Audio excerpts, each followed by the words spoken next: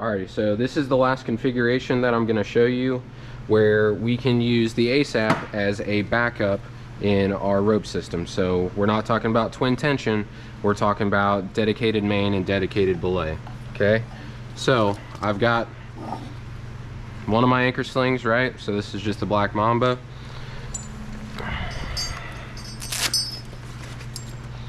And then I've got my other one, okay? So I've got my two anchor straps, okay? So what I'm gonna do is I'm gonna keep with consistency's sake here, and red is gonna be my main line, okay? So I've got my red rope going in into my clutch.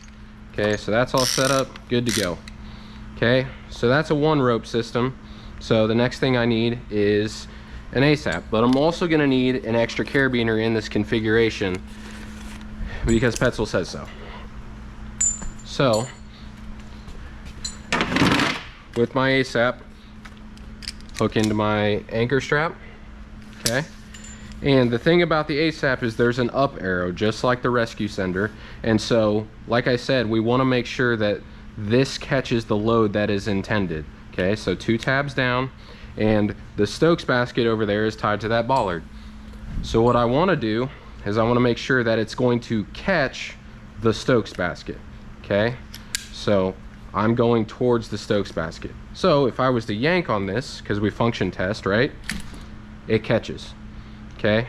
So now I know my device is going to catch in that direction, but right, this is kind of a little sloppy here, so that's what this extra carabiner is for. You can't go through the same carabiner, so we can just add another one right here, and that does something for us where it redirects the rope. Okay, so now this is going to be in that configuration. Now something else I want to point out about the ASAP, or any Petzl product really, is when you see these 2 hashes, right, there's a black part separated in between. That means that this is good for a 2-person load, right? So if you've got your Stokes basket with your attendant, you can use this as a totally redundant system as long as you're using this extra carabiner. Otherwise you could use the device improperly.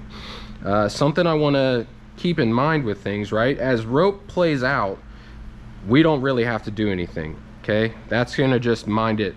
But as we take rope in, someone's gonna have to keep up this slack. Otherwise we're gonna get a whole bunch of belly into this rope, and it's not gonna do the function that we need to. So when you're in your haul system, right, you're bringing the victim up the embankment, you're bringing them up the building, whatever you're doing, you need to mind the slack out of this.